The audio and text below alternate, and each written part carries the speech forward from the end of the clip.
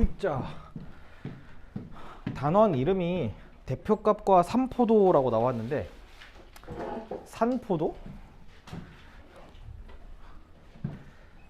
산포도가 아니라 산포도예요. 일단 네. 촌스럽게 무슨 죽은 포도 있으면 이런 거 하지 마시고, 너무 소름 돋아요. 이게 일단 이따가도 설명할 거지만 퍼져 있는 정도치를 표현한 거라고 일단 보시면 될 거고, 일단 그거에 대해서 조금 이따가 얘기할게. 여기서 얘기하는 것들이 통계적인 아이디어에서 써먹을 수 있는 걸로 얘기할 수 있고요. 중학교 2학년 때 여러분들이 뭘 배웠냐면, 그러니까 2학기 맨 끝에 경우의 수랑 확률에 대해서 배웠을 거란 말이죠. 그 파트도 사실상 통계 파트의 연속이라 보시면 되고, 각 학년별로 맨 마지막에 항상 이렇게 뭔가 통계나 확률 같은 얘기들을 했었죠. 1학년 1학기가 아니라 1학년 2학기 맨 뒤에서 여러분들이 아마 도수분포표라던가 줄기와 잎그림 막 그런 것들 막 배웠던 적이 기억이 난다면, 그때는 그런 거 배웠고 2학년 때는 경우의 수 확률 배우면서 3학년 때 이제 이 통계 파트 얘기를 하고 나면은 이제 여러분들이 나중에 선택을 하면 되죠. 여러분들 중에서 혹시나 벌써부터 문과 쪽으로 가고 싶은 생각이 있는지는 모르겠지만, 여러분들이 수능을 볼 때도 아마 똑같을 겁니다. 확률과 통계라던가 미적분 기하 중에서 이제 세 개 중에 하나 선택해 가지고 볼 텐데 여기 얘기는 확률과 통계를 선택하시는 분들에게는 당연히 필수 오브 필수 파트가 될 거고, 나중에 저 확률과 통계 선택 안 할 건데요, 저 그냥 황이과로서 미적분이나 기하 선택할 건데요 라고 한다면, 여기 얘기는 그냥 내신 할 때만 그냥 바짝 해두고 나중 가서 그냥 잊어버려도 상관이 없을 것 같아요. 제가 일단 근데 이제 와서 갑자기 제 소개를 하자면요, 저는 건국대학교의 수학과를 나오면서 동시다발적으로 응용통계학과를 복수 전공을 했거든요. 그래서 통계도 사실상 제 필드 중에 하나예요. 나는 여기를 잘 가르칠 자신이 있다. 근데 잘 가르칠 자신은 있고, 여러분들도 아마 받아들이는 데는 문제가 없을 거란 말이죠. 중학교, 고등학교에서 얘기하는 통계는 진짜 그냥 쉬운 수준이 아니라 개쌉 쉽기 때문에. 근데 내가 대학교 생활을 잠깐 곱씹어 본다면 통계학과에서 배웠던 게 너무 고통스러웠어요. 끔찍하게 어렵거든요. 수학과에서 얘기한 것보다 통계학과가 더 어려워요. 그래서 여러분들은 지금 통계학에서 배우는 그거에 정말 한 0.0000001% 정도를 배우는 거구나 라고 보시면 될 거고, 그냥 가볍게 들으시면 될 겁니다. 자, 오케이. 일단 서론은 여기까지. 대표값이 무엇인가? 말 그대로 그냥 대표하는 값이라고 얘기하면 될 거고, 조금 더 디테일하게 얘기를 한다면은 모든 자료들, 저는 이제 그냥 자료라고 할 수도 있지만 약간 편의상 데이터라고 얘기할게요. 모든 자료들을 가지고 얘기를 할 때, 자료들을 조사할 때 그 자료들 자체를 대표하는 값을 이제 뭐로 할까에 대한 고민으로 가시면 될 것 같아. 그 자료들의 특징을 대표하는 수치를 이제 대표값이라고 하는데, 아마 여러분들이 그동안에 많이 했을 거예요. 여러분들이 뭔가 시험을 봤어. 5과목의 시험을 받고 그 점수들이 각각에 몇 점이 나왔다고 치죠. 여러분들 그 점수의 평균 어떻게 내십니까? 다 더해서 5로 나눴죠. 본능적으로 여러분들이 행했던 그 행위가 여기에서 그대로 낮으면 되는 거고, 그런 걸 이제 통계 자료를 조사한다 라고 보시면 되겠죠. 여러분들의 그 시험 점수들을 다 더한 다음에 5로 나누는 그거를 뭐라고 한다? 평균을 구하는 과정, 평균 값을 구하는 과정이라고 할 거고, 여기서 얘기하는 대표값은 총 3개 정도로 구분이 됩니다. 실제로 많이 쓰는 게 3개 정도 되는데, 첫 번째는 평균값, 여러분들이 익히 알고 있는 바로 그거, 다 더한 다음에 개수만큼 나누는 그 평균값으로 얘기할 수 있고, 또 하나는 중앙값이라고 하는 표현이 있고요. 마지막은 최빈값이라는 표현이 있어요. 일단 평균값은 딱히 설명을 할 필요가 없을 것 같아요. 여러분들이 실제로 알고 있는 바로 그거, 다 더한 다음에 개수만큼 나눈다. 좀 있어 보이게 한다면 모든 데이터들, 모든 별량이라고도 하거든요. 모든 별량들의 합을 뭐로 나눈다? 그 별량의 개수, 데이터 개수만큼 나누는 그거를 이제 평균값이라고 하고요. 영어로는 mean이라고도 하거든요. 얘는 중등 수준 필수형 단어이기 때문에 당연히 여러분들이 아셔야 할 거란 말이지. mean이라고 하는 거는 평균이라고 하는 것도 있고 의미라고 하는 뜻도 있고요. 형용사로는 또 무슨 뜻이 있다? 그렇지, 못된, 비열한이라고 하는 뜻도 있다라는 점, 이 정도의 다이어기 때문에 여러분들 영어 공부도 같이 해주셨으면 좋겠다라는 거. 자, 두 번째로는 중앙값이 있어요. 중앙값 말 그대로죠. 뭔가 정 가운데에 있는 듯한 그런 값을 중앙값이라고 할 건데, 실제로 그 데이터, 숫자로 표현된 데이터를 작은 거에서부터 큰 거대로 쭉 정렬을 했다고 치죠. 그랬을 때 정 가운데에 있는 그 값을 그 자료의 대표값이다 라고 얘기하는 게 그게 바로 중앙값이다 라는 거예요.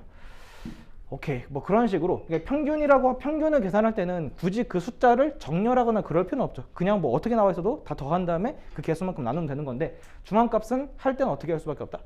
막 뒤죽박죽 나와 있다면은 걔를 다 작은 게 무엇이고 그 다음에 막 이런 식으로 좀 정렬해야 되기 때문에 조금은 귀찮은 작업이 들어갈 수밖에 없다라고 하는 거. 그 정도만 알아두면 될 것 같아. 근데 생각해 보면은 그 데이터는 홀수계 아니면 짝수계로 지금 구분이 될 수밖에 없을 거란 말이야. 무조건 데이터가 홀수계라고 고정할 이유도 없을 거기 때문에. 예를 들어서 자, 이렇게 나열됐어요. 다섯 개 데이터가 되겠죠. 이 5개 데이터의 중앙값이 무엇인가 라고 한다면 의심의 여지 없이 누구다? 3이다. 그리고 그 3을 이 데이터 5개의 대표값, 중앙값이라고 얘기할 수 있다 라는 거가 되겠죠. 오케이. 그런데 얘가 하나 추가했어요. 데이터 6개죠. 얘는 그럼 정중앙이 누구예요? 5. 일단 짝수계이기 때문에 정중앙에 있는 친구를 얘라고 얘기할지가 되게 애매한 상황이 펼쳐진 것 같아. 그럴 땐 어떻게 하자? 이 정가운데 있는 걸 기준으로 해서 얘랑 얘의 무슨 값을? 평균값을 그 데이터의 중앙값이라고 칭하면 될 겁니다. 3.5 뭐 이런 식으로 얘기하면 된다라는 거가 되겠죠. 그 정도예요. 홀수계랑 짝수계의 구분은 그 정도로 하시면 되겠다. 참고로 중앙값은 영어로 메디안이라고 하는 표현이 있는데 저건 몰라도 되는 표현 중에 하나입니다.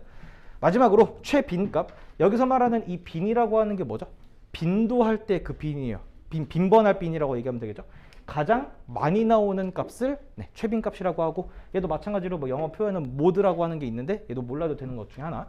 그 데이터를 나열했을 때 가장 많이 나온 값을 그 데이터의 최빈값이라고 얘기한다. 뭐 이 정도로.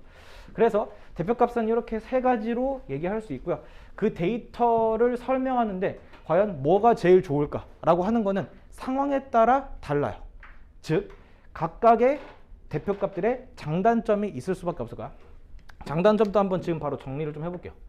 자, 평균치를 내는 이 친구의 장점이 뭐냐면, 장점? 가장 대중적이라고 하면 되려나?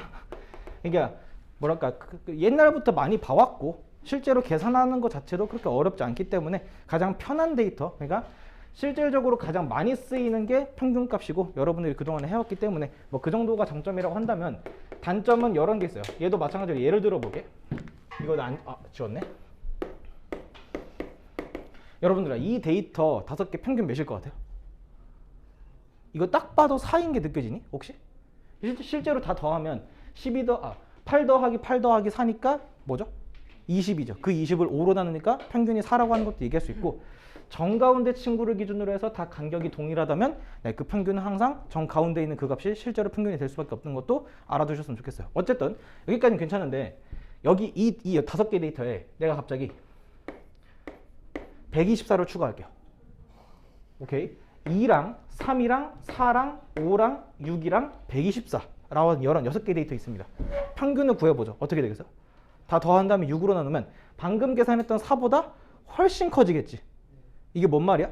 요런 개 같은 값 때문에 평균치가 갑자기 확 뛰어버리죠.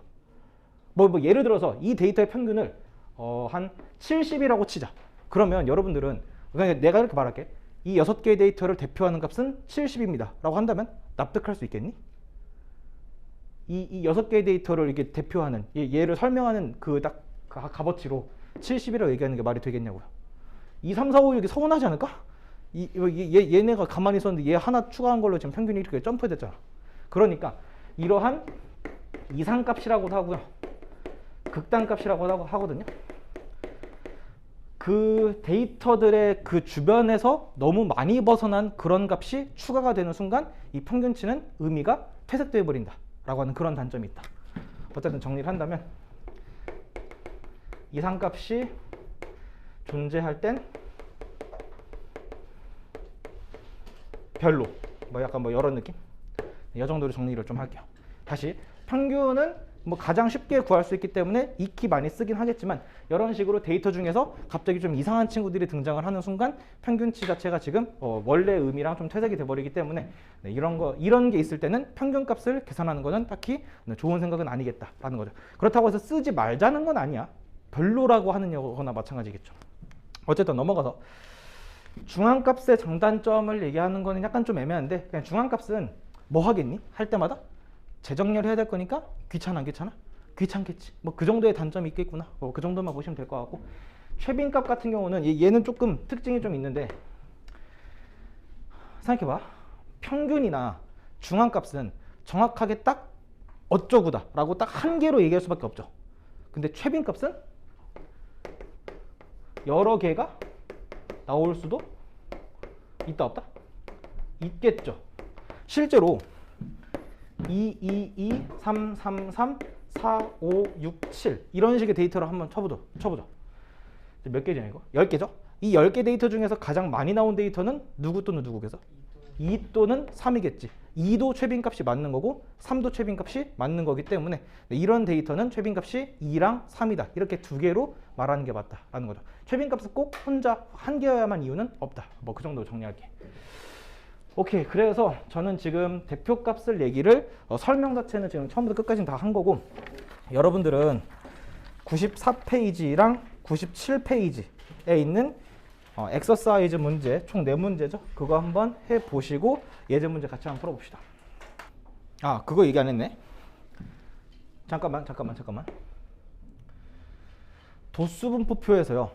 도수분포표에서 평균 구하는 방법은 뭐였냐면 계급값에다가 도수로 곱한 걸 다 더한 다음에 도수로 나누는 거였었어요. 거기서 말하는 도수는 쉽게 말해서 개수로 말하는 겁니다. 그 데이터의 개수를 도수라 말하는 거고, 그거 하나만 도와줄까? 0부터 2까지, 2부터 4까지, 4부터 6까지가, 그리고 도수가 뭐래? 5랑 20이래요. 자, 일단 총 도수, 총 개수는 몇 개니까? 30개니까 일단 30분의 1로 바로 박아버리도록 합시다. 자, 그런 다음에 계급값을 어떻게 계산하자? 여기 구간 가운 정가운데 있는 누구를? 1을, 여기는 3을, 얘는 5를 그런 식으로 취급해주면 돼요. 대표값. 그래서 1 곱하기 5 더하기 3 곱하기 5 더하기 5 곱하기 20이 그냥 분자에 올라가면 된다. 그래서 도수분포표의 계산은 계급값에다가 도수를 곱한 것들을 다 더한 거를 뭐로 나누자? 총도수로 나누자. 이 정도만 좀 기억해 주셨으면 좋겠다. 계산은 여러분들 해보시고, 예제 문제를 한번 바로 갈 건데, 아 끔찍하다. 나 이거 쓰는 것도 되게 오래 걸렸는데 이 파트가 어쩔 수 없어요. 계산기는 써도 되겠지만 저는 그래서 그냥 단순 계산 자체는 별로 의미가 없기 때문에 그냥 식 정도만 쓰고 그냥 마무리 할게요. 예제 33-1번 볼게. 지금 어느 반 학생들이 받은 점수를 지금 이제 표로 정리를 했대요. 65점에서부터 95점까지가 있고요. 중간에 지금 80점 받은 놈들이 몇 명인지 모르고 전체 명수도 몇 명인지 모르는 상황인데, 다만 뭐는 힌트가 나왔다? 전체 점수의 평균값이 몇이다? 78점으로 나왔을 때 A랑 B를 더한 게 얼마인가? 오 쉣. 자, 일단 여기서 확인할 수 있는 건 뭐죠? 3이랑 6이랑 9랑 A랑 4랑 3이랑 2를 다 더한 게 몇일 수밖에 없다? B가 될 수밖에 없으니까 일단 거기에서 A랑 B에 대한 관계식 하나가 튀어나올 거란 말이야. 그런 다음에 이 평균 어떻게 계산하면 됩니까? 전체가 몇 명이라고 이거? 전체 B명이죠? 전체 B명을 이제 어떻게 계산하면 돼요? 65 곱하기 3 더하기 70 곱하기 6 더하기 75 곱하기 9 더하기 80 곱하기 A 더하기 85 곱하기 4 더하기 90 곱하기 3 더하기 95 곱하기 2를 혼자 계산한 그 결과가 얼마나? 78이다 라고 해서 네, 방금 했던 A랑 B 사이의 관계식 첫 번째랑 여기서 나오는 A랑 B 사이의 관계식 두 번째를 서로 뭐 한다? 연립한다면은 A 값이 몇인지 B 값이 몇인지가 나오겠죠. 그 계산 누가 한다? 내가 할까? 아 싫어. 너네가 해줘. 아 오빠 할 수 있잖아. 뭐 그런 느낌이에요. 그런 느낌.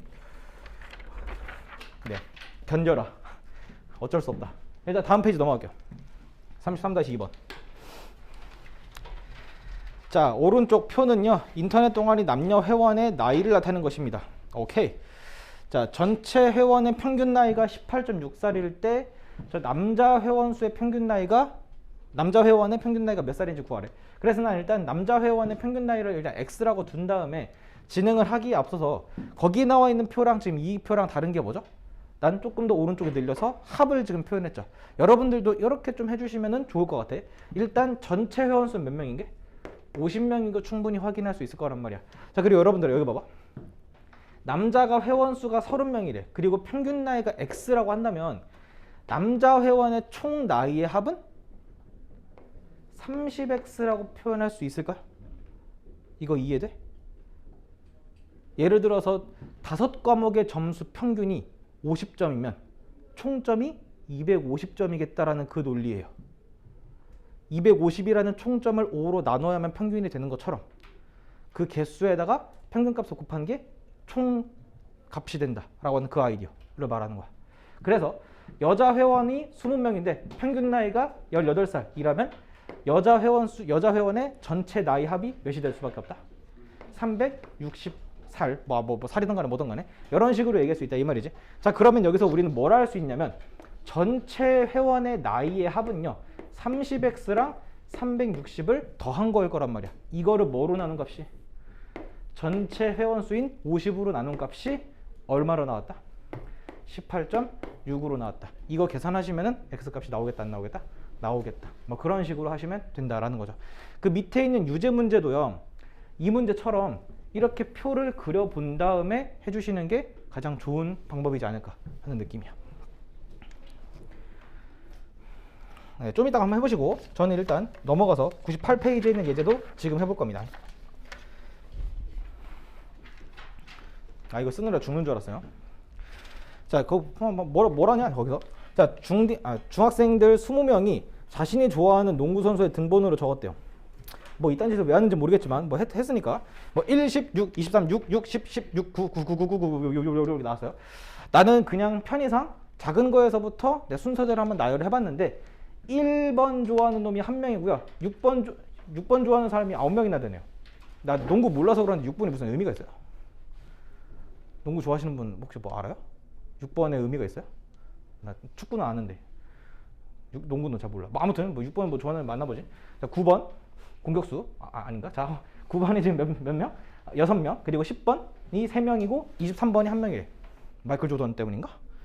뭐 아무튼 자, 평균값이랑요 중앙값이랑 최빈값을 구하래. 일단 평균은 다 더한 다음에 20으로 나누면 될 것 같아. 나 별로.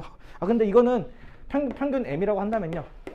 이건 계산 이렇게 하면 되죠. 20분의 1 곱하기 1 더하기 6, 9, 54 더하기 9, 6에 54 3 곱하기 11은 30 더하기 23 이거 계산해주면 평균값이 되겠죠. 이거 계산해 보니까 이게 몇이 나오냐면은 8.1이 나온대요. 이건 계산했어. 방금 암산을 한 겁니다. 자, 그런 다음에 중앙값은 뭐냐면 지금 이거 데이터 총 몇 개죠? 이거 20개지. 짝수개야. 정중앙에 있는 값이 되게 애매해요. 그러면 앞에서부터 10번째인 이 친구랑 11번째인 이 친구의 어떤 값을? 평균값을 얘기해 주는 게 맞겠죠. 6과 9를 합하면 15고 걔를 절반이니까 뭐죠? 7.5가 중앙값이다 라고 얘기할 수 있겠네요. 라스트 최빈값은 아무리 봐도 가장 많이 나오는 누구니까? 6이니까 최빈값은 6이다. 뭐 이 정도로 그냥 조사를 하면 되겠다라는 거죠. 그럼 생각해 봅시다. 평균은 8.1이래요. 그리고 중앙값은 7.5고요. 가장 많이 나오는 최빈값은 6이래요. 이 세 개 중에서 가장 의미 있는 데이터가 뭐라 생각하십니까? 이건 약간의 상식으로 가시면 돼요. 등번호를 좋아하는 걸 평균 내봤더니 8.1번을 좋아한대요. 이 세상에 8.1번이라는 등번호가 존재할까요? 그딴 건 존재하지 않습니다. 7.5도 마찬가지로 존재하지 않겠죠. 근데 가장 많은 사람이 좋아하는 게 6이다 라고 한다면 대부분의 학생은 6번을 좋아하는구나. 그럼 6번이 의미가 있겠다 라는 느낌으로 가는 거지. 뭔 말인지 알겠죠? 이게 상식선에서 생각하면 돼. 이런 문제들은 얘가 왜 좋고 얘가 왜 별로인지는 여러분들 상식선에서 충분히 이해하면 된다 이 말이지. 그렇다고 해서 당연히 항상 최빈값이 좋거나 그런 건 당연히 또 아닌 거예요. 상황에 따라 달라질 수 있는 거기 때문에 그건 여러분들의 생각으로 가시면 된다 이 말이 되겠죠. 오케이. 그래서 지금 대표값에 대한 얘기들은 일단 얼추 끝내본 것 같고 95페이지에서부터 98페이지까지의 유제가 총 6개거든요. 그 6문제 한번 해보시고 편의상 계산기 써도 괜찮기 때문에 필요하시다면 계산기 쓰셔도 괜찮습니다. 여기 파트는 개념이 어려운 게 아니라 계산 하나하나 하는 게 되게 짜치고 오래 걸리기 때문에 시간 넉넉하게 잡고 하시면은 괜찮을 것 같아요. 그리고 생각하자. 지금 우리가 배우고 있는 요 단원의 이름이 왜 대표값과 삼포도인지에 대해서. 그러니까 이런 느낌이에요. 우리는 지금 통계학자의 마인드, 자료조사원의 마인드로 우리는 자료를 조사하고 그 자료가 어떤 특징을 갖고 있는지를 얻어내고 싶은 마인드로 가고 있는 거야. 그 자료가 뭐 평균이 몇이다 뭐 이렇게 계산하는 것 자체는 뭐 당연히 어려운 게 아니지만서도 이 정도 수준은 실제 상황을 본다면은 그렇게 쉽지만은 않을 수도 있을 거란 말이죠. 당연히 컴퓨터를 쓸 수밖에 없는 상황일 거란 말이지.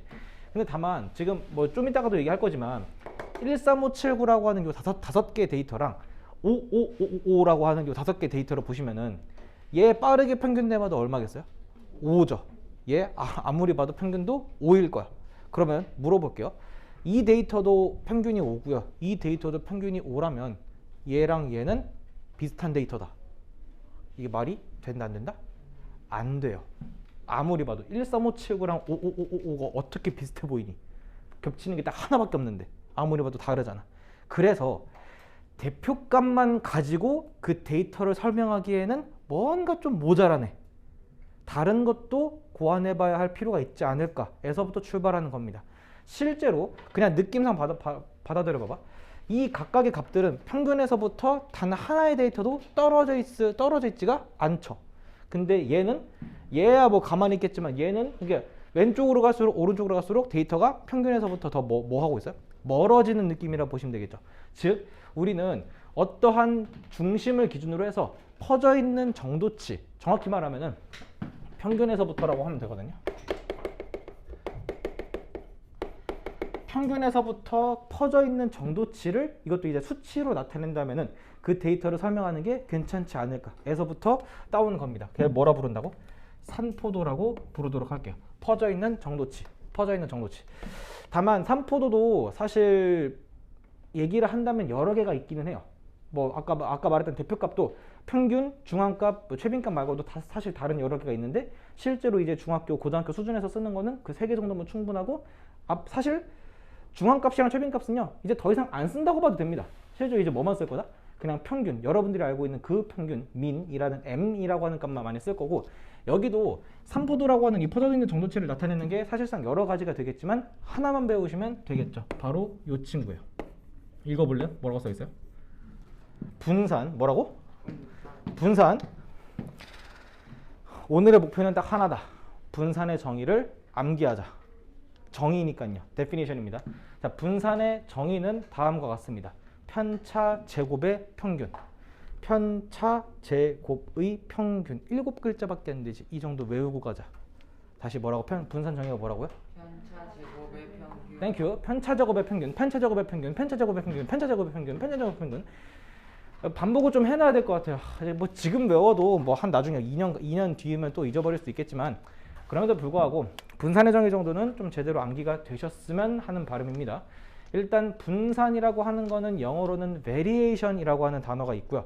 앞에 있는 V자를 따서 나중 가면은 분산을 V라고도 표현을 하는데 지금은 그렇게 표현 안 하고 사실 거기는 분산이 뭐라고 나와 있냐면요. S제곱으로 나와 있거든요. 별로야. 이거예요. 읽어봐요. 혹시 여러분들 요 기호는 본 적 있어요? 오, 이게 시그마인 거 어떻게 알았대? 이게 그리스어의 S에 해당하는 거의 대문자거든요. sigma라고 하는 게 그 소문자가 이거예요. 그러니까 얘는 소문자 S고 얘도 마찬가지로 뭐라 읽는다? 시그마라고 읽으시면 된다라는 겁니다. 다시 그러면 얘는 뭐 제곱이다? 시그마 제곱이 분산에 대한 표현이라 보시면 돼요. 오케이? 그냥 기호야, 기호. 쫄지 마세요. 그냥 이렇게 쓴다라고 보시면 될 거고.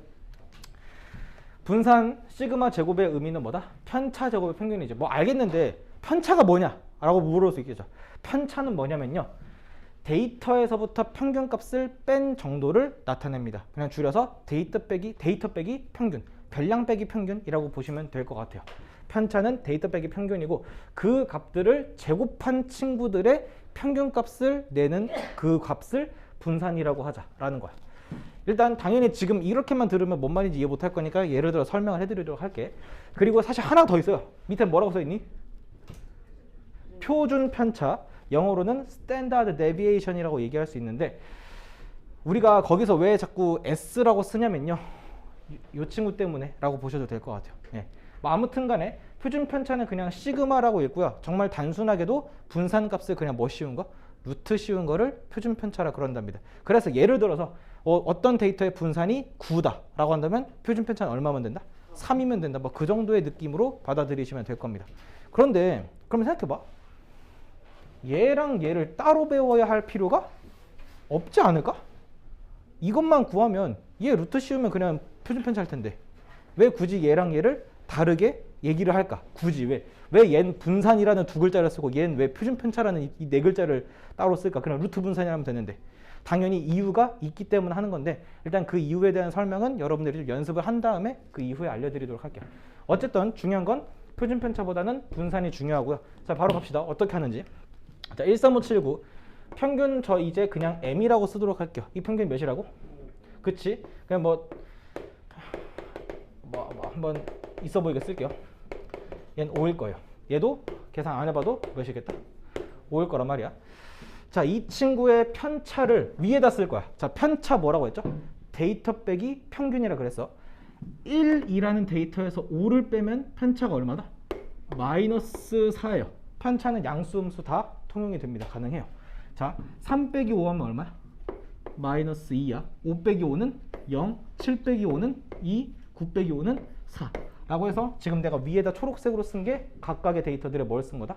편차를 작성을 한 거예요. 그러면요 여기서 말하는 편차 제곱은 각각의 제곱식 한번 해볼까? 불러볼래요? 16, 4, 0, 4, 16 이 될 거고 요 5개 데이터를 다 더한 다음에 뭐로 나눠주는 게? 5로 나눠주는 게 분산값이라는 거야. 편차 제곱이라고 하는 요 데이터들의 평균을 구하는 과정이기 때문에 그래서 결론 여기서 말하는 시그마 제곱 분산값은 뭐분의 뭐다? 5분의 16 더하기 4 더하기 0 더하기 4 더하기 16이야. 빠른 계산 가능? 분자가 40이죠. 그치? 5분의 80, 5분의 40이니까 분산이 8이 되겠다. 라고 이렇게 계산하면 되겠다. 그럼 결과적으로 표준 편차인 시그마는 얼마라고 얘기하면 돼요? 2루트 2라고 말씀하시면 되겠죠. 그죠? 이런 느낌으로. 이게 루트 써도 됩니까? 당연히 상관없어요. 네, 뭐 값일 거기 때문에. 이런 느낌이에요. 자, 그러면 이 밑에 있는 5는 어떻게 될까요? 아, 근데 5 5개는 너무 심심하니까 3, 4, 5, 6, 7로 할까요? 얘도 어차피 평균이 몇일 거니까? 5일 거니까. 자, 그러면 여기 아래다가 여기 위에다 편차 써볼까? 편차 어떻게 돼요? 마이너스 2 좋아. 마이너스 1, 0, 1, 2 옳지. 자, 그러면 이 친구들의 편차들을 각각의 제곱해서 말해보십시오. 4, 1, 0. 4 하나, 0 하나, 4가 될 거고 그래서 이 데이터의 분산 시그마 제곱은 어떻게 된다? 5분의 4 더하기 1 더하기 0 더하기 1 더하기 4가 될 거니까 5분의 11에서 얼마가 나온다? 2가 된다. 분산은 2가 되고 따라서 표준 편차는 얼마가 된다? 루트 2가 된다 라는 거가 되겠죠. 자, 그리고 요걸 통해서 해석까지 하자. 이 두 데이터 중에서 분산이 더 큰 게 누굽니까? 위에 거야 아래 거야? 위에 게 더 크죠. 8. 2보다 큰 거 당연하니까. 분산이 크다는 게 무슨 말일 것 같아요? 더 많이 퍼져 있다는 걸 것 같아. 평균을 기준으로 해서 실제로 더 많이 멀죠. 2, 3, 4, 5, 6보다 1, 3, 5, 7가 조금 더 멀잖아. 분산이 크기 때문에. 마찬가지로 표준 편차도 비례해서 클 수밖에 없을 거란 말이죠. 오케이, 그런 식으로 분산이 클수록 평균에서부터 더 멀구나. 분산이 작을수록 평균에 더 많이 모여 있구나 라고까지도 정리를 할 수 있으면 좋을 것 같아요. 이런 느낌이요. 자, 그리고 하나 더. 도수분포표에서는 분산 어떻게 구할까? 자, 아까 여러분들이 그 엑서사이즈로 풀었던 그 도수분표를 한번 써봤어요. 0부터 2까지, 2부터 4까지, 4부터 6까지가 각각의 도수가 5, 5, 20이래. 자, 계급값은 여기다 따로 쓸게요. 이거 1일 거고, 얘 3일 거고, 얘 5가 되겠죠. 그러면 잘 들으셈. 도수분포표에서의 편차는요, 계급값에서 뭘 뺀 걸로? 아, 미안해. 일단 이거 평균부터 먼저 계산하자. 이거 평균 얼마죠, 이거? 평균은 30분의 5 더하기 15 더하기 100이 되겠죠. 그래서 30분의 몇이 된다? 120이 될 거니까 평균값이 일단 4가 되는구나 라고 하는 걸 일단 먼저 구해낸 다음에, 자, 그 다음에 다시 여기서 말하는 편차는 어떻게 하시면 되냐면은 계급값에서 이 평균값을 빼시면 돼요. 그래서 얼마가 된다? 여기는 마이너스 3이 되고요. 3 빼기 4니까 얼마? 마이너스 1. 5 빼기 4니까 여기는 얼마? 1. 이렇게 일단 편차값을 얘기를 했어. 자, 그 다음에 여기다가 뭐 할 거냐면 그 편차를 제곱한 값에다가 도수를 곱한 값을 한번 써보도록 합시다. 마이너스 3의 제곱이니까 9잖아. 9 곱하기 5라서 이거 얼마다? 옳지, 45야. 여기는 마이너스 1의 제곱인 1 곱하기 5라서 5가 되고, 여기는 1의 제곱 곱하기 20이라서 20이 되겠죠. 그러면 최종적으로 이 친구의 분산은 이렇게 계산하면 돼요. 자, 모든 도수는 몇 개? 30개가 될 거고, 편차제곱 곱하기 도수값을 이제 다 더해주시면 되겠다. 라세에는 뭐 분의 뭐죠? 30분의 70이니까 뭐 굳이 표현한다면 뭐 3분의 7이 분산이구나. 뭐 여러 느낌으로. 뭐 루트 씌우면은 표준 편차가 몇인지도 알 수 있게 될 거고. 다만 도수 분포표는요, 딱 중학교 3학년 때까지만 나오고 고등학교가 되는 순간 얘는 그냥 기억에서 그냥 사라지면 되거든. 여러분들은 그냥 3학년 끝날 때까지만 얘만 좀 기억해 줬으면 좋겠다. 어차피 나중에는 몰라도 상관없는 거기 때문에. 이 정도면은 99페이지에 있는 엑서사이즈 2문제 정도는 아마 충분히 할 수 있을 겁니다. 일단 안 지우고 있을게요, 이거. 한번 해보세요. 도수 분포표에서 이제 분산이나 표준 편차를 구하려면 제 표를 그냥 따라 하시면 되거든요. 그냥 항상 나와 있는 표에 오른쪽에다가 더 해서 편차 자리랑 이제 편차 제곱 곱하기 도수 자리까지 더 해보신 다음에, 일단은 그에 앞서서 평균값부터 먼저 구한 다음에 그 다음에 편차 구하고 편차 제곱 도수 곱한 거 구한 다음에 이렇게 해서 분산값까지 마무리 해주시는 거예요. 궁금증 하나, 왜 똑같은 이 두 개를 따로 표현하고 따로 배울까에 대해서. 이거는 뭐 이해를 못해도 전혀 상관없는데 이런 생각이거든요. 평균 값은 뭐 예를 들어서 뭐 2, 3, 5, 7, 뭐 11 뭐 이걸 다 더한 다음에 5로 나누는 그런 것들 있잖아. 이러한 평균 값들 계산은 결국은 1차원적인, 이게 1차의 계산값이 될 수밖에 없거든요. 그러니까 실제로 얘네들이 각각의 미지수라 하더라도 이걸 다 더한 다음에 어떤 숫자로 나눠봤자 그 차수 1차에서 머물 수밖에 없을 거란 말이야. 그러니까 평균값은 보통 1차 스케일이라고 얘기를 하긴 해요. 어떤 뉘앙스인지만 받아들이면 돼요. 근데 분산은 결국 그 데이터에서 평균을 뺀 1차를 뭐 하니까? 제곱을 하고 그걸 평균 내는 거라서 몇 차 스케일이 되냐면 2차 스케일이 돼요. 차수가 넘어간다고.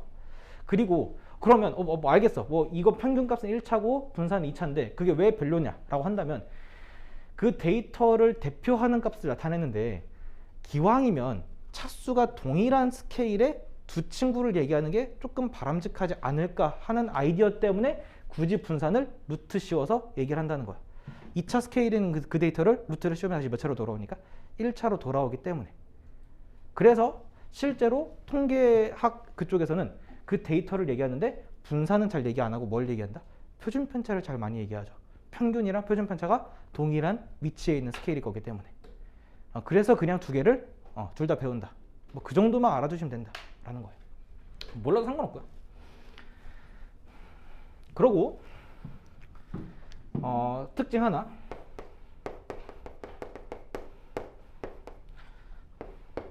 이것도 좀 기억해 두세요. 편차의 총합은 항상 0입니다. 뭐라고요? 편차의 모든 합은 항상 0이에요. 근데 이 말이 성립되지 않는 케이스가 딱 어디에 있냐면 도수분포표에서는 성립되지 않거든. 이게 도수분포표가 생각해보면 되게 쓰레기 같은 데이터인 게, 그냥 정량적으로 얘는 몇이고 몇이고 몇이고 이렇게 얘기하는 게 아니라 어서부터 어디까지가 몇 개, 어서부터 어디까지가 몇 개, 이런 식으로 뭔가 약간 퉁치는 느낌의 데이터를 설명하고 있는 거죠. 그러니까 편차의 총합이 0이라고 하는 이 일반적인 케이스가 도수분포에서는 설명되지가 않는 거고, 그래서 얘를 나중에 배운다 안 배운다? 안 배운다는 거야. 결국 쓰레기니까. 그런 느낌이시면 돼요. 도수분포표는 그렇게 좋은 자료는 아니다라는 거고, 도수분포표를 제외한 모든 데이터들, 여러분들이 만나는 그 모든 데이터들에 한해서 편차의 모든 합은 기본적으로 몇이 될 수밖에 없다? 0이 될 수밖에 없어요. 자, 그 문제가 어디에 나와 있냐면요, 이제 100페이지에서부터 이제 예제 문제가 나오는데, 예제 두 개만 풀고 한번 쉬어봅시다. 35-1 갈게요. 자, 5명의 사격 선수를 이제 뭐 어쩌고저쩌고 했어요. 자, A, B, C, D, E라고 하는 그 5명의 선수의 편차 값들이 나왔네. 뭐랑 3, 1, 마이너스 4, X, 마이너스 2야. 지금 여기에 쓴 거는 뭐죠? 편차를 쓴 거라고. 이런 식으로 각각 하나하나씩 끊어가는 그 데이터들은 편차의 합이 무조건 몇이 될 수밖에 없다? 0이 될 수밖에 없는 거기 때문에 일단 얘 다 더해봐. 얘랑 얘 더해서 일단 0 되는 거니까 얘랑 얘 더해서 0이 되는 거라면 x가 얼마다? 옳지. 지금 D라고 하는 선수의 편차가 2구나 라고 하는 걸 얘기할 수 있고, 자 그리고 해석해야 돼요. 해석해야 돼. 편차가 정확하게 뭐라고요? 데이터, 그 데이터에서 평균값을 뺀 거라고. 편차가 음수라는 얘기가 뭔 말일 것 같아요? 그 평균치에서부터 얘는 4만큼 밑에 있는 값을 지금 받은 거나 마찬가지겠죠. 데이터에서 평균을 뺀 게 마이너스 4가 될 거니까. 그럼 얘는 편차가 1이야. 그건 뭔 말이지? 그 친구는 지금 평균값에서부터 1만큼 더 위에 있는 값이다 라는 그런 식의 해석도 가능하다라는 거죠. 그냥 편차만 가지고도 누가 좀 잘했는지 못했는지도 어느 정도 얼추 알 수 있겠다라고 하는 그 마인드. 그런 다음에 지금 이 문제는 지금 실제로 편차 값들 나와 있기 때문에 편차 제곱하는 것도 어렵지가 않네요. 9, 1, 16, 4, 4가 될 거니까 이 친구들을 다 더한 다음에 9 더하기 1 더하기 16, 4, 4 한 요 데이터를 무엇으로 나눈 거? 5로 나눈 게 그 문제가 원하는 이 데이터의 분산값이다 라는 거죠. 얼마예요 이거? 5분의 34. 개똥 같은 답이 나오네요. 자 5분의 34요? 네. 열받네. 5분의 35면 얼마나 좋았을까? 아무튼 간에 시그마 제곱이 이 정도가 될 거니까 표준 편차가 몇인지는 루트 씌워서 대답해주면 된다. 그런 거 굳이 유리화 하는 거 안 하는 거 별로 의미가 없습니다. 분산값만 제대로 구할 수 있으면 되는 거기 때문에. 자 여러분들 35-2번 볼까? 자 처음 보는 문제지.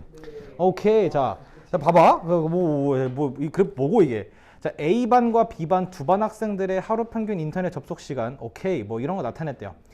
지금 각각의 그래프는 그 점선에 대해서 대칭이라 그랬고, 저 A 그래프는 노란색으로 확인하시면 되고, B 그래프는 파란색으로 확인하시면 될 거야.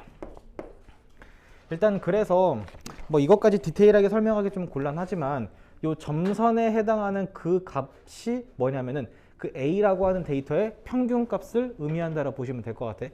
난 그래서 A 데이터의 평균값을 그냥 MA라고 표현을 했고요. B 데이터의 평균값을 MB라고 이렇게 한번 표현을 해봤어.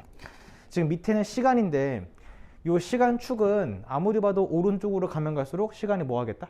일단 좀 더 커질 수밖에 없는 상황이 될 거기 때문에 이 상황 A 데이터랑 B 데이터 중에서 평균값이 더 큰 거는 아무리 봐도 누구다?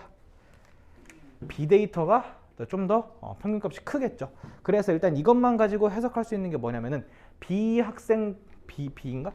학생 애들이 A반 학생들보다 평균적으로 좀 더 접속 시간이 길구나 라고 하는 거는 확인할 수 있을 거란 말이야.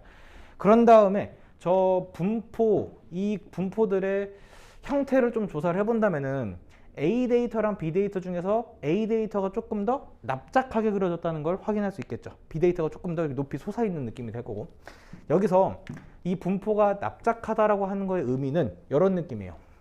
실제로 좀 더 납작하게 그릴까? 이것보다는 별로 체감이 안 될 거기 때문에 조금 더 납작하게 그릴게요. 이 정도면은 훨씬 더 납작하죠. 자, 요거의 의미가 뭐냐면은 평균 기준으로 해서 평균에서부터 멀어진다 하더라도 실제 그 데이터들이 좀 분포된 게 많다는 거고요. 요 B 데이터는 평균치에서 엄청나게 많은 데이터가 있고, 좀만 더 가도 평균치에서 좀만 더 가더라도 그 데이터가 확연하게 준다는 걸 우리가 얘기할 수 있는 거거든. 그래서 이 데이터가 납작하다는 거는 평균에서부터 많이 벗어나 있는 것들이 되게 많다라는 걸로 해석이 돼야 할 거고, 평균에서 많이 벗어나 있다. 그게 뭔 말이냐면 평균에서부터 벗어나 있는 정도를 우리가 뭐라고 불렀냐면 분산 아니면 표준 편차라고 배웠죠. 그 분산 값이 뭐 하는 거다? 더 크다는 거예요. 다시 납작하다는 거는 평균에서부터 많이 벗어나 있는 것들이 많다는 거고, 그게 의미하는 거는 분산 값이 크다.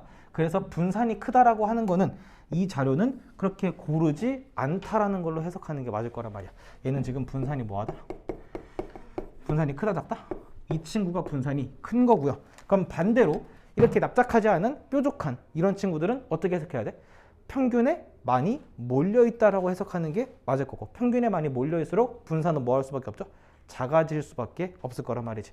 분산이 작다라는 얘기가 뭔 말이나 마찬가지냐면 자료가 고르다라고 하는, 자료가 골고루 있다라는 그런 느낌이 아니야. 자료가 조금 더 평균치에 많다라는 게 자료가 고르다는 거기 때문에 네, 뾰족할수록 분산이 작은 거고 납작할수록 분산이 크다. 일단 이 정도로만 여러분들이 확인해 주시면은 그래서 이제 문제 정답이 실제로 몇 번이다? 4번이 맞다라는 거죠. B반이 A반보다 접속 시간이 길다. 즉 MB가 MA보다 큰 쪽으로 있으니까. 그런 다음에 접속 시간의 분포도 고르다라고 얘기할 수 있겠죠. 분산이 더 뭐 하기 때문에? 작기 때문에. 기억 좀 해주셨으면 좋겠어요. 분산이 작다가 뭐다? 자료가 뭐하다? 자료가 고르다. 이렇게. 35-3번 밑에 있는 유제 보시면 A 데이터가 가장 뾰족하고 그 다음에 B가 중간으로 완만하고 C 데이터는 그야말로 납작함의 표본이죠. 네. 그렇기 때문에 그 중에서 자료가 가장 고른 건 누구겠어요? A가 가장 고른 데이터라고 보는 게 맞다 이 말이 되겠죠. C는 거의 사실상 무의미한 데이터가 되지 않을까 싶을 정도로 뭐 무튼 간에 그 정도로 여러분들이 해석을 해주셨으면 좋겠다라는 느낌. 그러면서 내가 오늘 조금 무리를 해서 상관관계를 얘기를 하는 거는 별로 의미가 없을 것 같으니까 딱 102페이지에 있는 그 얘기만 하고 개념 설명은 마무리 한번 해보도록 할게요. 데이터를 변화시키면 그에 따라서 평균이라든가 분산 표준 편차가 어떻게 변화될까를 한번 예를 들어서 설명해 볼게요. 자, 여기 보세요. 자, 애시당초에 초기 데이터 1, 2, 3, 4, 5가 있습니다. 이 1, 2, 3, 4, 5의 평균은 아무리 봐도 몇일 거야? 4. 옳지. 자, 이거 분산값 구할까? 분산 구하려면 어떻게 하면 되죠? 편차를 일단 표현 좀 해야겠네. 여기서 색깔 안 쓴 게 뭐 있을까? 네, 노란색 안 썼네요. 자, 이제 나는 편차를 노란색으로 쓸게. 편차는 어떻게 돼요? 마이너스 2, 마이너스 1, 0, 1, 2. 좀 조그맣게 쓸게. 자, 그러면 편차 제곱하면은 4, 1, 0, 1, 4 되는 거 맞죠? 그거 다 더하면 얼마고? 10일 거고 걔를 5로 나눈 게 분산일 거기 때문에 오케이. 분산은 2가 되고 시그마라고 하는 표준 편차는 얼마다? 루트 2다. 일단 초기 데이터 해석은 완료. 자, 그런 다음에 이번에는 그 초기 데이터의 1, 2, 3, 4, 5에 각각에 다 더하기 2씩 해서 3, 4, 5, 6, 7로 만들었어요. 자, 뭔 말인지 알겠어? 각각의 데이터에 어떤 특정한 값을 더하면 평균, 분산, 표준 편차가 어떻게 변할까를 한번 얘기해 보도록 합시다. 평균 이거 얼마일까요? 실제로 다 더하면 10 더하기 10 더하기 5라서 25고 걔를 5로 나누니까 5가 되는구나 라고 하는 거 확인할 수 있죠. 자, 마찬가지로 편차 한번 써볼까? 마이너스 2, 마이너스 1, 0, 1, 2야. 안 봐도 뻔하지 않겠니? 4, 0, 1, 0, 4 다 더한 다음에 5로 나누면 분산 여전히 뭐인 게? 분산 여전히 2인 거 확인할 수 있고 표준 편차는 루트 2다 라고 하는 거 확인할 수 있죠. 자, 일단 1단계 얘랑 얘 공통점과 차이점을 언급해보죠. 평균이 그대로 얼만큼 추가됐어요? 이만큼 추가됐죠. 다시 원래 있는 데이터에 똑같은 값을 다 골고루 더해주면은 평균도 그대로 그것만큼 추가되는구나 라고 하는 걸 인지할 수 있겠지. 근데 뭐는 안 변했어요? 분산은 변하지 않았죠. 생각해보면 당연한 거야. 분산이라는 게 의미가 뭐였습니까? 평균 기준으로 떨어져 있는 정도치를 나타낸 거잖아. 모든 데이터를 다 그만큼 똑같이 더했어도, 그러니까 여기 있는 데이터를 여기로 옮겨도 뭐 여기서부터 퍼져 있는 정도치나 여기서부터 퍼져 있는 정도치는 달라지지 않을 거란 말이지. 그렇기 때문에 분산값이 똑같구나 라고 하는 거를 이렇게 이해하실 수 있으면 좋을 것 같아요. 뭔 말인지 아시겠어요? 오케이 알겠고, 자, 이번에는 요 1, 2, 3, 4, 5를 각각에 다 2배씩을 했어요. 2, 4, 6, 8, 10 이 정도로 되겠죠. 자, 그러면 평균 어떻게 되는가 한번 보자. 평균 얼마야? 6. 옳지. 이거 평균 6이겠죠. 다 더하면 아마 30 정도가 될 거란 말이죠. 평균 6이 될 거고. 자, 분산 구하려면 이제 똑같이 편차 표현합시다. 마이너스 4, 마이너스 2, 0, 2, 4가 될 거고요. 자, 제곱하면은 16, 4, 0, 4, 16이 될 거니까 다 더하면 40이죠. 그 40을 5로 나누니까 표준 이거 얼마냐 이거? 8이 될 거죠. 그러면 시그마는 얼마다? 2루트 2라고 얘기할 수 있어요. 자, 여기랑 여기 사이의 관계를 해석합시다. 평균이 몇 배 됐다고 보면 돼요? 2배. 오케이. 평균은 사실상 그대로 그냥 이 변화된 느낌대로 그냥 그대로 흘러가면 되는구나. 전체 데이터가 이만큼 더했으면 평균도 이만큼 더해주면 될 거고, 전체 데이터가 2배만큼 됐으면 평균도 2배가 되는구나 라고 보시면 되겠죠. 분산이 몇 배 됐어요? 2에서 8로 4배 됐죠. 그 4배를 2의 제곱배라고 해도 되겠니? 왜냐면 데이터가 2배가 됐으면 그 분산은 그 데이터의 제곱배로 비례할 수밖에 없어요. 실제로 분산이 2차 스케일이라고 하는 걸 이걸 통해서 확인할 수 있다라는 거가 되겠죠. 그럼 이해해봐. 이 데이터에 5배씩 하면 분산은 몇 배 된다고? 25배가 될 거예요. 5의 제곱배가 될 거니까. 뭔 느낌인지 알겠어요? 원래 데이터에 11배씩 했어요. 그럼 분산은 몇 배가 되겠다? 121배가 되겠죠. 11의 제곱으로. 오케이. 그런 느낌으로 이해하실 수 있으면 되겠지. 다만 표준 편차는 루트 2에서 2 루트 2로 몇 배 됐어요? 얘는 왜 2배 됐을까?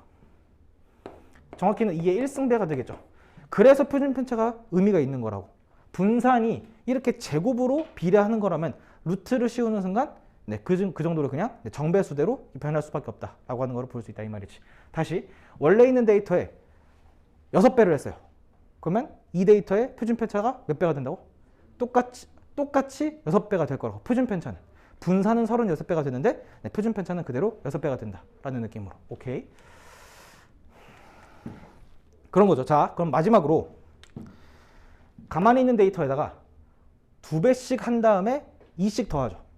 1 곱하기 2 하면 2고 거기다 2 더하니까 4.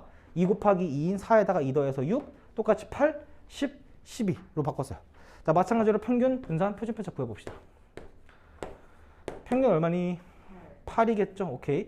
자, 표준 편차, 분산 구하려면 마찬가지로 편차 얘기합시다. 편차는 마사, 마이, 0, 2, 4니까 볼 필요도 없이 위에 거랑 뭐 하겠어요? 똑같을 수밖에 없겠죠. 분산 8이고 표준 편차는 2 루트가 2가 될 거란 말이죠. 그러면 자, 여기에서 여기로 변화된 거를 해석할 수 있어야 돼요. 평균도 똑같이 몇 배 한 다음에 2배 한 다음에 그대로 2를 더한 게 8일 거란 말이지. 그래서 원래 평균이 m, 원래 분산이 시그마 제곱일 때 어떤 데이터에다가 다 a배를 하고 뭐씩 더했다. a배를 하고 더하기 b를 했다. 라면 평균 어떻게 변할 수밖에 없다? am 더하기 b로 그대로 움직일 수밖에 없구나 라고 보면 되겠죠. 뭔 말인지 아시겠어요? 그 데이터에다가 예를 들어 3배 한 다음에 4를 더했어.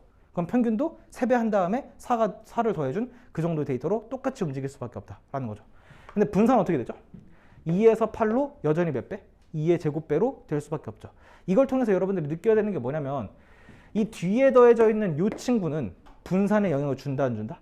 안 준다는 거야. 똑같은 값어치만큼 더해주고 빼줘봤자 어차피 퍼져 있는 정도치는 변하지 않는데 어떤 데이터에다가 어떤 배수로 한다면은 그거의 제곱배로 점프가 될 수밖에 없다라는 그 얘기를 하고 있는 거예요. 그래서 2에서 8로 그대로 똑같다. 표준 편차도 마찬가지로 2에서 루트 2에서 2 루트 2로 2배가 됐다라고 얘기할 수 있다 이 말이지. 자, 이거를 이제 어떤 식으로 문제를 해석할 수 있는지를 한번 보도록 할게. 그러니까 사실 요 얘기가 쉬운 얘기는 아니에요. 요 얘기가 쉬운 얘기는 아니고 나중 가면은 이런 걸 조금 더 디테일하게 식으로 막 증명하면서 하는데 여러분들은 요 정도만 이해하거나 만약에 이해가 정 안 되면은 실제로 그냥 계산하거나 뭐 그 정도로 해결하면 되겠지. 자, 문제 한번 보도록 할게요. 45명의 무슨 평균이죠 이게? 수학 수행평가 성적. 오케이. 자, 뭐 어떤 점수죠. 45명 점수 평균이 m이고 표준 편차를 s라고 이렇게 통칭을 해봤어요. 그러면 그 45명의 점수에다가 다 골고루 플러스 7점씩을 하면은 평균이 어떻게 되고 표준 편차가 어떻게 되는지를 물어봤어. 평균 어떻게 될 것 같아? 이 45명의 수학 점수 평균을 그냥 m이라고 하는 이런 값이라고 취급하자고. 뭐 예를 들어 볼까? 70점이라고 치죠. 자, 이 친구들 지금 점수 평균이 70점인데 거기 있는 모든 친구들의 점수를 다 몇 점씩 추가한다면? 7점씩 추가한다면 평균 점수도 몇 점이 되겠다? 그렇지. 70점에다가 7만큼 그대로 더해준 값이 될 수밖에 없다라는 그 얘기를 하고 있는 거예요. 표준 편차가 달라지겠니? 안 달라지겠니? 안 달라지죠. 왜? 똑같은 값만큼 더했다 하더라도 퍼져 있는 정도치는 변하지 않을 거기 때문에. 그래서 원래 있는 평균이 m이면은 변화된 평균은 m 더하기 7로 표현되면 될 거고 표준 편차 s는 그대로 s로 갈 수밖에 없다라는 그 얘기예요. 이걸 조금 더 응용을 해볼게. 자, 45명, 이게 뭐 사실 45명은 별로 의미가 없는 데이터죠. 이게 뭐 45명이든 뭐 450명이든 뭔 상관이야? 만약에 이 점수에다가 다 2배씩 해봅시다. 그리고 표현법을 좀 바꿀게요.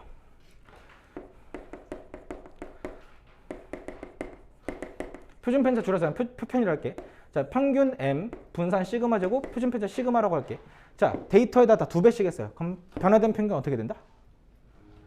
2m이 되겠죠. 그대로 다 2배씩 했으니까 평균도 그대로 2배야. 분산 어떻게 돼요? 옳지. 시그마 제곱의 몇 배로 된다? 4배로 점프할 수밖에 없다라는 거가 되겠죠. 그럼 표준 편차는요? 그죠. 표준 편차는 2시그마. 뭐 이런 식으로 얘기하면 된다라는 거가 되겠죠. 하나만 더. 자, 곱하기 2 한 다음에 이번엔 뺄게. 마이너스 3만큼 할게요. 그럼 평균 어떻게 된다고? 2n-3으로 될 거라고. 분산 어떻게 돼요?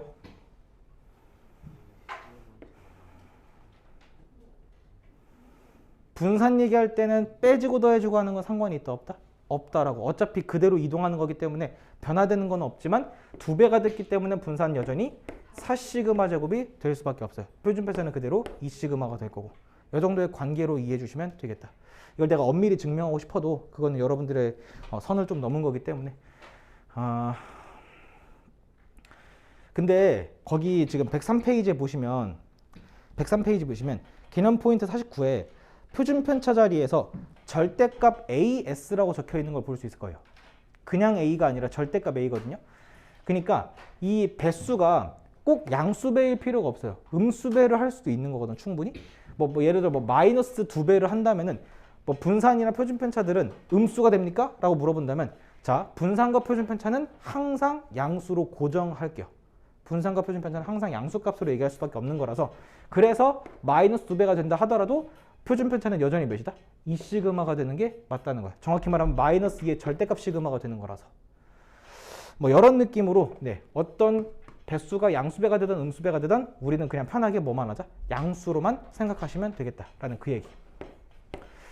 이 정도까지 설명은 마칠 거고 103페이지에 있는 문제까지 한번 풀어보시면서 안 되는 거 있으면 바로 질문 좀 받도록 할게요.